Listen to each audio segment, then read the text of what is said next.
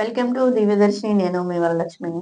ఇప్పుడు మనం మీడియా హౌస్‌కి భారతీయ జనతా పార్టీ యూత్ అధ్యక్షులు కార్యవర్గం నుంచి ఉప్పుల వంశీ గారు వచ్చారు. మాట్లాడదాం. వంశీ గారు నమస్తే అండి. నమస్తే. మీ రాజకీయం ప్రవేశం ఎప్పటి నుంచి మొదలైంది? ఏంటి చెప్పండి? రాజకీయ ప్రయాణం అంటే ఒక డేట్ అంటూ ఏం లేదు. ఎందుకంటే మా నాన్నగారు ఆయన 22, 23 సంవత్సరాల నుంచి మాకు ఆర్ఎస్ఎస్‌ని అదేవిధంగా భారతీయ జనతా పార్టీకి ఎంతో అనుబంధం ఉంది. ఆయన 3 సార్లు ప్రధాన కార్యదర్శిగా పనిచేశారు. మా కుటుంబం ఎంతో సన్నిహితంగా పార్టీకి, తర్వాత సంఘానికి అనుబంధం ఉంది. నేను చిన్నప్పటి నుంచి ఆర్ఎస్ఎస్‌లో ఉన్నాను.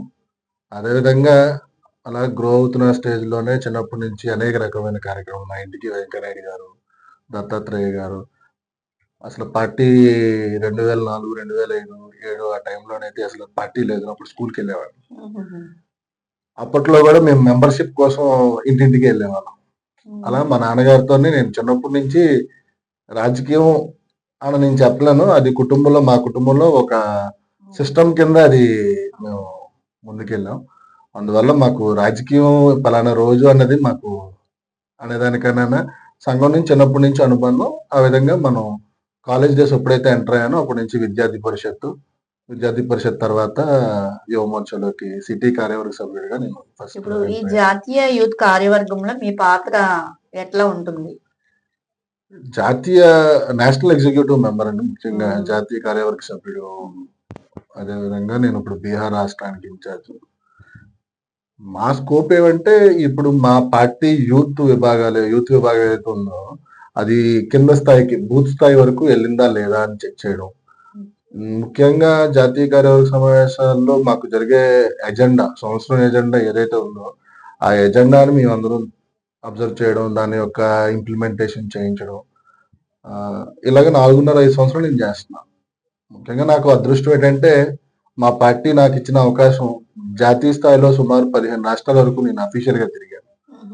ఛత్తీస్గఢ్, పంజాబ్ అయితే విపరీతమైన గొడవల టైంలో నేను వెళ్ళా. అది ఫార్మర్స్ ప్రొటెస్ట్ అయింది కదా, ఆ టైంలో అప్పటి నుంచి నేను కంటిన్యూస్ గా నేను వెళ్ళిన రాష్ట్రాలన్నిటికీ ఆల్మోస్ట్ కాన్ఫ్లిక్ట్స్ ఉన్న రాష్ట్రాలకి వెళ్ళాను. అంటే ఆ రాష్ట్రాలకి ఎందువలన మీరు వెళ్ళారు? రాజకీయ పరంగా వెళ్ళారా, లేదంటే మీరు ఇండిపెండెంట్ గా వెళ్ళారా? లేదు, పొలిటికల్ గా పార్టీ అఫీషియల్ గా నేను వెళ్ళారు. ఓకే.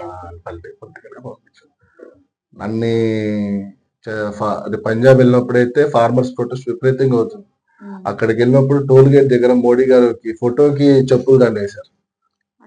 చెప్పులు దండేసినప్పుడు సుమారు టోల్ గేట్ పక్కనే ఒక 100 మంది పంజాబ్ సిక్కులు కూర్చొని ఉన్నారు.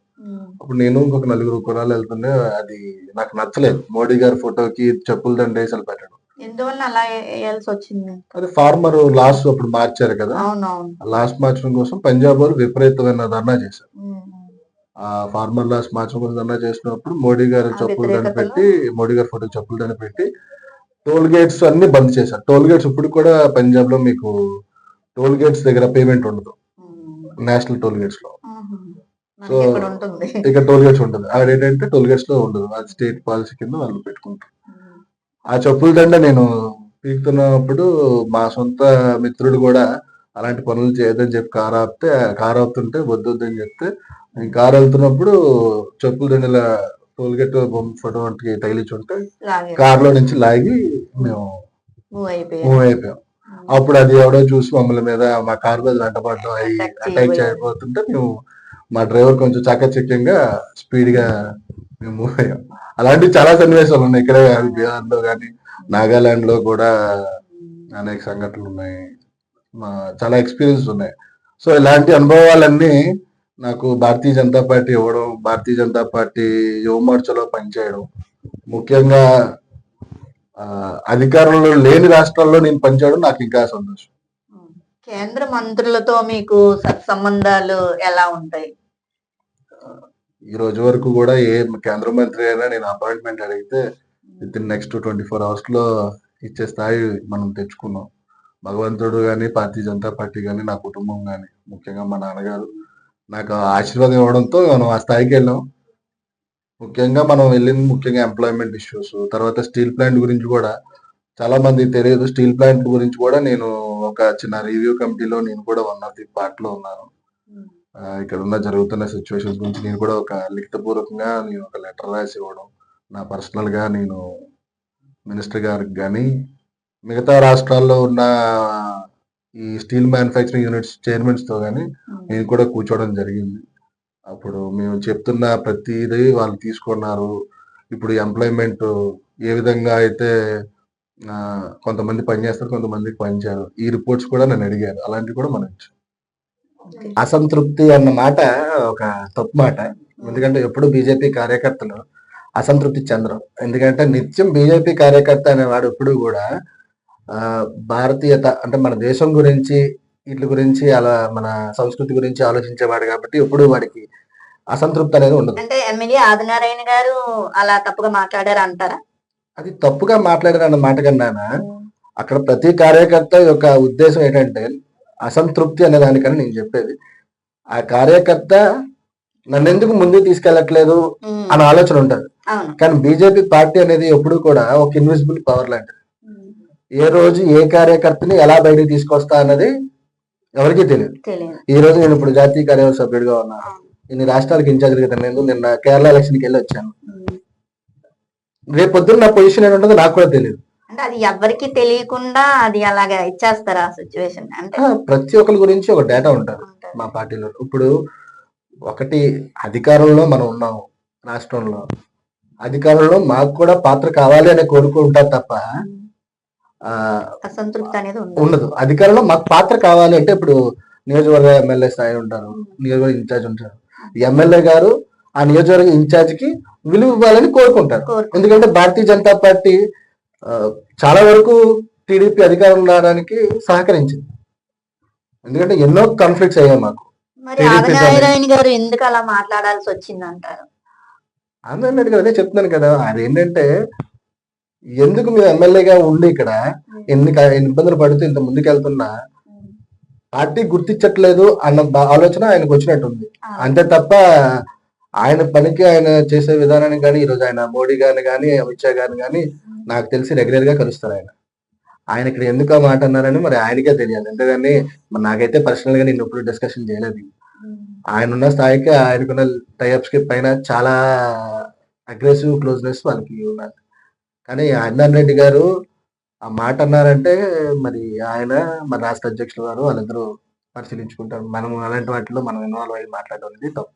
అయితే భారతీయ జనతా పార్టీలో అయితే ఎటువంటి అసంతృప్తి లేదు, ఎప్పుడూ ఉండదండి. ఎందుకంటే పార్టీ నడిచేది ఎప్పుడు కూడా ఒక మా పార్టీ నా దృష్టిలోని ఒక తెలియని పవర్ నడిపిస్తుంది మాకు సంఘం కానీ లేకపోతే విద్యార్థి పరిషత్ కానీ లేకపోతే విశ్వ హిందూ పరిషత్ పార్టీ కానీ ఇలా వివిధ క్షేత్రాల్లో అనేక మంది అనేక రకాలుగా చూస్తూ ఉంటారు. ఈ రోజు నేను నచ్చచ్చు, రేపు నచ్చకపోవచ్చు, మళ్ళీ ఎల్లుండి నేను నచ్చచ్చు. ఇదంతా ఒక ప్యాటర్న్ లో ఉంటారు మా పార్టీ. నేను వంశీ ఈ రోజు రేపు ఇంకో పొజిషన్ ఇచ్చేస్తాము అలాంటి మాట ఎప్పుడు పార్టీ చెప్పరు. ఇప్పుడు మీరు కానీ పార్టీలో వచ్చారంటే మీకు ఈ పోస్ట్ ఇస్తాను ఎప్పుడు కమిట్మెంట్. ఈ రోజు కమిట్మెంట్ ఇస్తే ఉంటే భారతీయ జనతా పార్టీ ఆంధ్రప్రదేశ్ లో వేరేగా ఉంటుంది. ఎందుకంటే నాకు బాగా తెలుసు రాష్ట్ర విభజన అయినప్పుడు అత్యంత పెద్ద స్థాయి నాయకులు మా నాన్నగారు కానీ పివి చలపతిరావు గారికి కానీ తర్వాత హరిబాబు గారికి కానీ ఇలా పెద్ద వ్యక్తులతోనే వాళ్ళు వెళ్ళి కలిసినప్పుడు అనుకోకుండా నేను అక్కడ ఉన్నప్పుడు ఒక ఎమ్మెల్యే, ఒక మంత్రి, ఒక రాష్ట్ర మంత్రి అలాంటి వ్యక్తులు మన పార్టీలో చేరుతాం, మీరు ఏం కమిట్మెంట్ ఇస్తారు అని అడిగినప్పుడు కూడా మనం సమాధానం చెప్పలేదు. ఎందుకంటే మా దాంట్లో ఇప్పుడు సమాధానం చెప్పే అలవాట్లేదు. నువ్వు వచ్చి పని చెయ్యి. ఇప్పుడు ఒక బిల్డింగ్ ఇప్పుడు 2 బిల్డింగ్లు ఉన్నాయి. ఇది ఒక పెద్ద బిల్డింగ్, ఇది ఒక పెద్ద బిల్డింగ్. ఈ బిల్డింగ్ లో నుంచి నువ్వు 10th ఫ్లోర్ లో ఉన్నావు, direct 10th floor to 10th floor దూకలేవు కదా, దిగి మళ్ళీ బండి ఎక్కాల్సిందే. సో వాళ్ళు ఆలోచన తీరు ఆ స్థాయిలో ఉంటుంది. ఇప్పుడు మళ్ళీ ఈ 10 ఫ్లోర్లు దిగాలి, మళ్ళీ ఈ 10 ఫ్లోర్లు ఎక్కాలి ఎవరైనా సరే. కొన్నిసార్లు అదృష్టం ఉంటది కొంతమందికి, అందరికీ అదృష్టం ఉండదు అది. సో మనం చేసే కార్యక్రమాలు కానీ భారతీయ జనతా పార్టీ చేసేది కానీ ఎంతో లోతుగా ఆలోచిస్తుంది. అందులో సంఘ పాత్ర ఎక్కువ ఉంటది. నేను ఇంకో విషయం, నేను సంఘం నుంచి చిన్నప్పటి నుంచి సంఘం నేను చిన్నప్పటి నుంచి నాకు ఇంట్రెస్ట్. నేను చిన్నప్పటి నుంచి సంఘంతో ఉన్నాను. కానీ నేను రెగ్యులర్ గా సంఘానికి వెళ్ళను. అవసరం ఉన్నప్పుడు మాత్రమే నన్ను పిలిస్తే నేను వెళ్తాను. అంతే తప్ప నిత్యం సంఘంతోనే ఉండిపోయే సంఘ జీవితమే మన జీవితం అన్న అనుకున్న వాళ్ళకి కూడా అనుకుని రావు. అవును. సో వంశీ గారు ఇప్పుడు 2029 ఎన్నికలు వస్తున్నాయి కదా, ఆ ఎన్నికల్లో మీ ప్రధాన లక్ష్యం ఏమిటి? ఖచ్చితంగా ఎంపీగా పోటీ చేయాలని కోరుకుంది. ఎందుకంటే చిన్నప్పటి నుంచి బీజేపీ వ్యవహారాలు చూసిన తర్వాత బీజేపీ యొక్క ఆర్గనైజేషన్ స్ట్రక్చర్ కానీ ఇవన్నీ కూడా దేశానికే మనం ఉపయోగపడతాం. ఒక ఎంపీగా పోటీ చేయాలని మీ భవిష్యత్తు అలా తీర్చిదిద్దుకోవాలని అనుకుంటున్నారు. 29 మరి పొత్తులు ఉంటాయి, పొత్తులు మనకు వస్తాయో లేవో అవన్నీ రకరకాల ఇష్యూస్ ఉంటాయి. ఏదేమైనా మనం పని చేస్తూ ఉంటాం.